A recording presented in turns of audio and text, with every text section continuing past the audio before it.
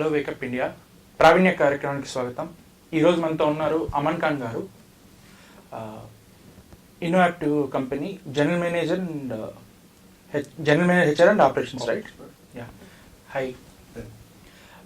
జనరల్గా మీరు క్యాండిడేట్స్ని అడుగుతుంటారు, tell me about yourself అని. సో ఫస్ట్ టైం మిమ్మల్ని అడుగుతున్నాను, tell me something about yourself. I'll start with my educational background basically. I'm a law graduate from Osmania. I have done my BA LLB 5 IDC course in Osmania itself. After which I have done my postgraduate diploma in planning and project management from Central University of Hyderabad. And after which I flew to London to do my MBA in human resource, wherein I was fortunate to get 94% and a gold medal in that. Yeah. And after that, I started my career in London itself. Okay. Worked there for 2.5 years, and then flew back to India. I'm an only son to my parents, basically, so I have to come back to India to stay here with my parents. And I started my career here when it comes to my work profile in India with a company called Alf Systems, and then I worked for a company called Beacon Global IT Services. Then it got merged into a company, or it was our own subsidiary of Indotronics International Corporation. So I joined them as deputy manager and worked till a level of director human resource. After that particular company, I worked for a company called Eclad Health Solutions as well for 1.5 years. And presently I'm working in a company called, as you know, it's Innovative Global Solutions. And this is shortly about me. Okay. And what are the key points you look into a person while finalizing his offer? Basically, when it comes to a human resource standpoint, what we look into is there are few areas which we personally feel that there has to be the candidate who is applying for a job. These people has to be in line with the core values of the company what we have, because those people will only become a right match to our company culture as such. Any company you work for. So there are few basic things which a person requires, that the kind of integrity they should show towards the banner, the kind of work profile they are coming from, whether it's freshers, then what kind of approach they have towards their short-term goals and long-term goals. And when it comes to their application as such, we normally look into a scenario where whether they are, as I said, whether they are clear about their short-term goals or not, whether they are having that particular passion towards the work or not. So these are the main areas which you look into when they apply for a job, basically, other than the technical aspects. And of course, loyalty is very important in regards to anything and everything. So these are the areas we look for. As you quoted loyalty, why people are lacking loyalty towards the employer? It's a good question, basically. This is something which I normally say in every forum I go and talk, that people shift jobs. Few of them can give me a proper reason, and like I can say 20% of the people can give me a proper reason, and 80% will shift job for no reason, basically. Just because they are earning like 2,000 more, just because they earn like 5,000 more, they jump from a company to company without understanding that what kind of job role they are getting into, without understanding what kind of job profile they are getting into, without understanding their career path, whether that particular organization is able to offer them the career growth in that particular field itself or not. So this particular scenario, what I feel is they are taking this decision on a very immature standpoint, and then they shift a job from one job to another one without having a proper concrete reason. And they give a reason that money makes. I understand everybody works for money, but then again they have to even understand and consider while shifting a job whether they are having their knowledge curve, whether they are able to learn and earn both together or not. So people shift jobs, and this in this present generation, due to a lack in skilled labor overall, whether it's right industry or any industry you talk about, due to lack in labor or a proper manpower, this shifting of job become a fashion now. And other companies are also inviting applications in any regards that, if you are not able to provide a proper releasing letter or not also, they offer them job and take them on board.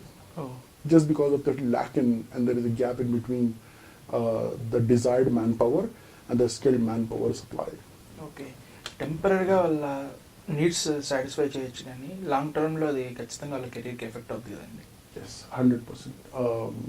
The thing is, the people who take decisions with a flip of hat and then they get into a company where they shouldn't, then what happens is they even don't understand that, by earning couple of thousands more, the organizations, I'm not saying there are bad organizations in industry, but then again, there are companies which take people just for a particular stopgap arrangement. Like, for example, in a project, you require somebody for 6 months, they offer anything and they'll take it.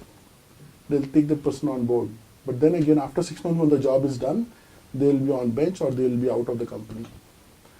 With that particular experience, for example, 5 years of experience with 12 lakhs of package, they come out of that organizations, other companies will hesitate to give that kind of package because that's not in line with the market trend or the salary trend. Okay. Matching his Yeah. Profile. Profile and experience, whatever they put across.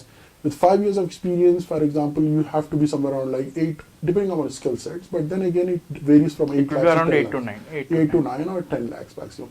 If that particular company take them to a 12 lakhs bracket and then leave them on street, they'll expect something more when they search for another job. So when they do that, they'll not be getting jobs, and then the frustration level goes up. They want to run around, and then they'll drop their package again. They have to struggle and again come back to the careers properly. Okay. And how to bridge the gap between academia and corporate? See, thanks for asking me this, but I personally feel that this particular correction has to be done from a grassroots level. Why I say this is, it's an appeal or it's a request from my side, from this particular platform, to everybody who is involved in designing curriculums for people around. Body like Usmania, or body like UGC, body like you talk about JNTU, or so on and so forth. They should make sure that building a soft skill and building a proper language or a communication skill in engineers or BTechs or whatever you talk about, whatever profession, it should become a mandate compulsory paper where they should come across development of skills, soft skills, and as well as communication skills. That is very, very important. Because I have seen, the other day, I have just gone through an interview wherein I felt bad basically. I met a lady in an interview. You believe it or not, she's from some small village. Her father is a farmer. Okay. And I have seen her credentials. And believe me, I wanted to offer that job to her. Oh. Her credentials was tremendous, like 95% in 10th, 95% in intermediate, 96% in engineering. When she came down for a position and applied for a job, and when I asked her, just tell me about yourself as you started, she was not able to open her mouth there. So that's what I normally say, that it is very important for people to build their communication skills properly, to build their soft skills properly, because I completely believe that a person should have that particular potential. I believe that people have potential. But if you're not able to tell me that you are good, how should I understand? How should I conclude that you are a right match? So that gap should be built across when it comes to having that communication skills to communicate properly. That's very important. Yes. And we came to know you co-authored a book. Yes, I did. What was that? Yeah. It's a commentary on labor and industrial laws, basically. Just to tell you, we hail from a legal fraternity itself. From last 3 generations, we are serving legal field, basically into teaching background. My grandfather was a dean faculty of law. My father was the Dean Faculty of Oswania as well. All liars. All liars. Yeah, basically we are into teaching field. Okay. And even my sister is also associate professor in a law college in Hyderabad. And I'm also a law graduate, as I told you. Yeah. So this particular book, when I and my dad have started together. So you co-authored with your dad itself, okay. My dad itself. So at that point of time, I was in London, and you must be I'm pretty sure that you know about it, that London is famous for many things, but it's famous for its libraries also. Yeah. So I was having an access to British Library and the London Library there. So I have done a lot of research in regards to trade unionism, which is a part of this book as well. And I used to supply, or I have to send across that material to my dad to correct and incorporate in that book. Okay. So that research helped us a lot to bringing this book in an angle where it is being subscribed in our law course here in Hyderabad and everywhere in South India, basically, or India itself.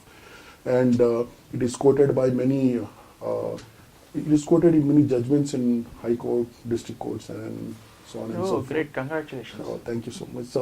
So this book is, and now we have even come up with all the updates, and it's having like third or fourth edition, which is there in market itself. Oh, yeah. Okay, fine. It is a very good book for lawyers and as well as for corporate people to understand what labor laws are, what PF Act is, what ESI is. Aman, I want to ask one more thing. Sure. Many entrepreneurs and many company owners have a question in their mind that HR is just to recruit. Okay. Apart from recruitment, what a HR manager do? See, I'm immensely surprised, and I do understand that there are many people, especially in the industry as such, who feels that HR is just for recruitment, but which is not true at all. Recruitment is a part of human resource. And as of now, I completely understand that human resource itself became a tree in itself, and recruiting, employee relations, grievance handling, payroll, and all other scenarios of human resource became branches. Exactly. So before, when there were times where there were one human resource manager, plus there were few people supporting that particular person. But now, you could see in any multinational you talk about, there is a different team for recruiting, there is a different team for onboarding, there is a different team for payroll, there is a different team for handling grievances, and so on and so forth. But then again, coming back to your question, human resource, I personally feel that it's a backbone of any organization. It is a backbone in the sense that this is the people who manage people on the ground. I understand that there will be managers when it comes to IT companies, when it comes to customer support companies, when it comes to IT and ITES both at large.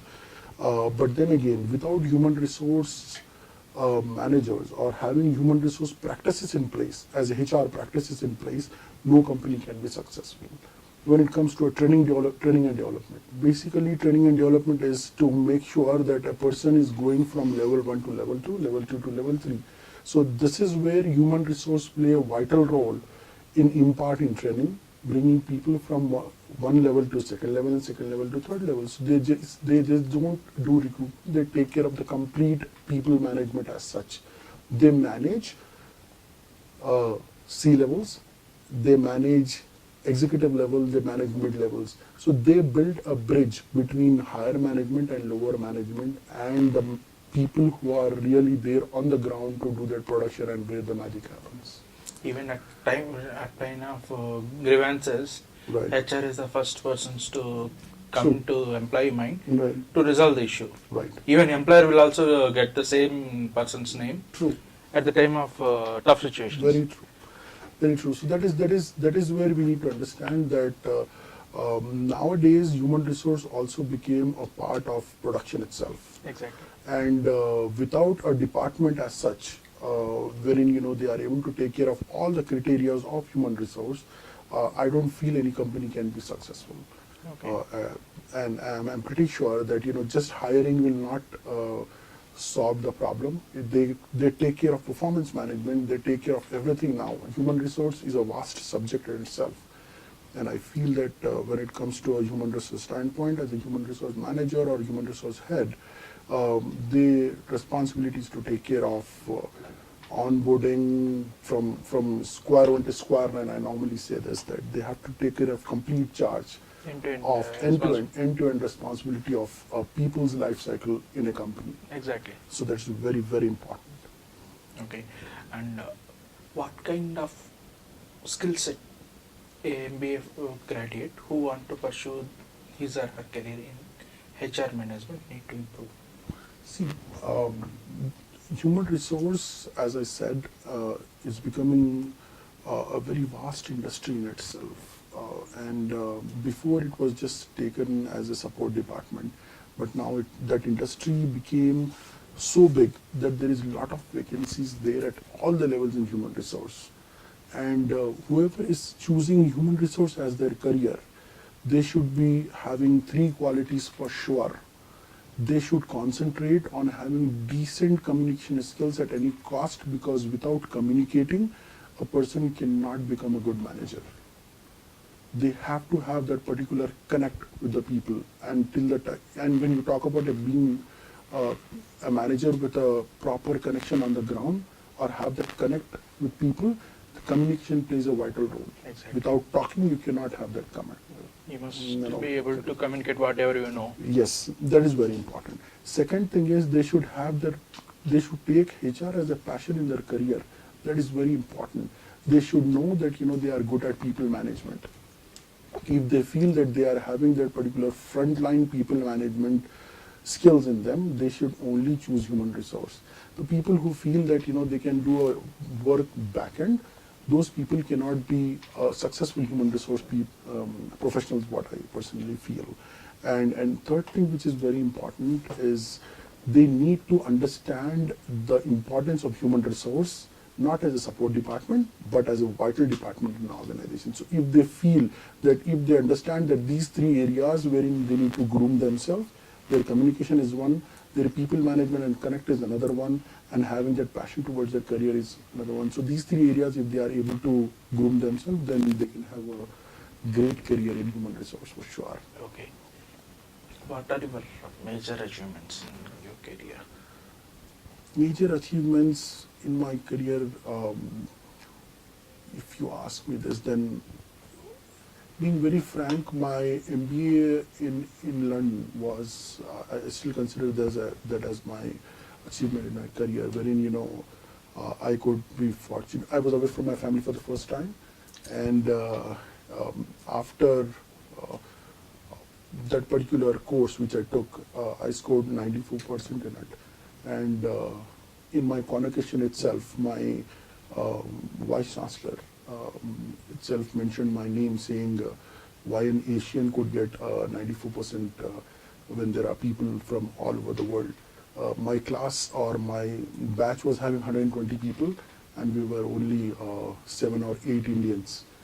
And when I taught human resource, my vice chancellor mentioned in his speech itself that an Indian can do it, why not people from London or America or Europe or anywhere else could score as I scored in that particular subject. Great. So that was, of course, an achievement for me. Okay. And every now and then I personally feel that there is a lot of achievements which has to come up on my way. Yeah, So okay.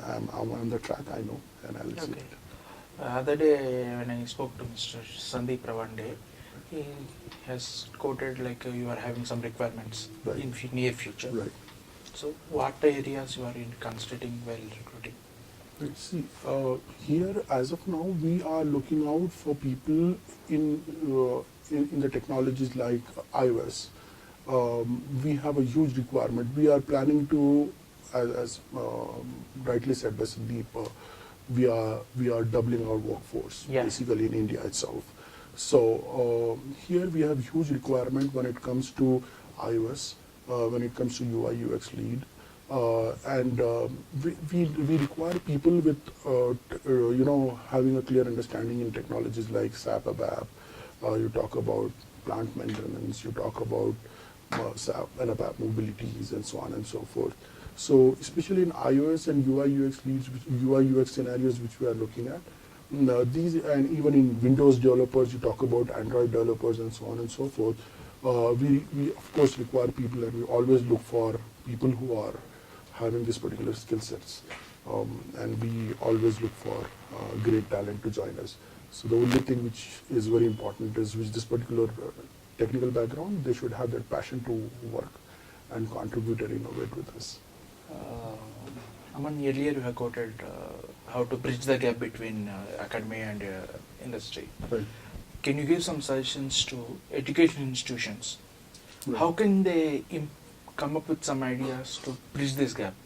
Because institutions who have accredited by JNTU cannot do that, but institutions who have their autonomous status can do these kind of activities, right? True.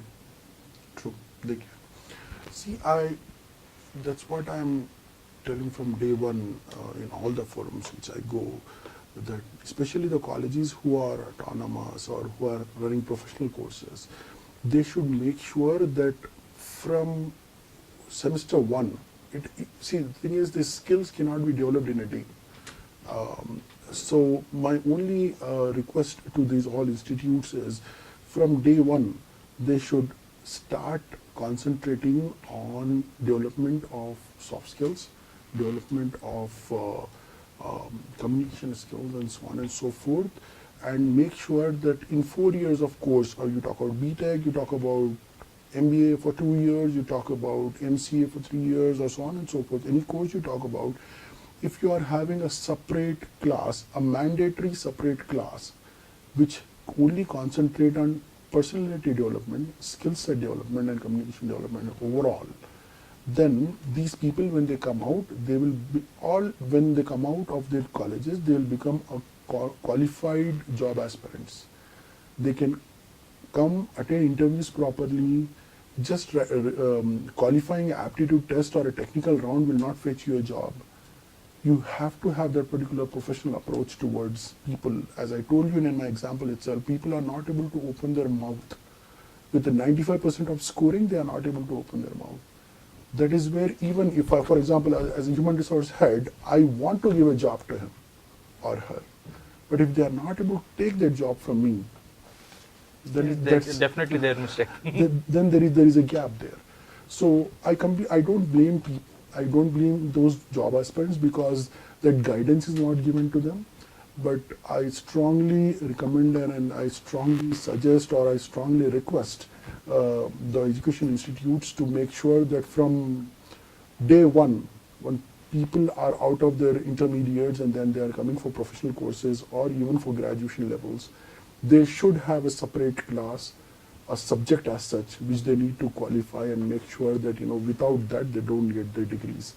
That is where a proper skill-based manpower will come, and it will help a growth of India overall. It's about our country itself. So people who are qualified enough, they are not getting jobs and just creeping about that, we are not getting a job, and going on streets for a job will not fetch you a job. There is always a space there for sure. Okay. They just need to go and get their jobs properly. Okay.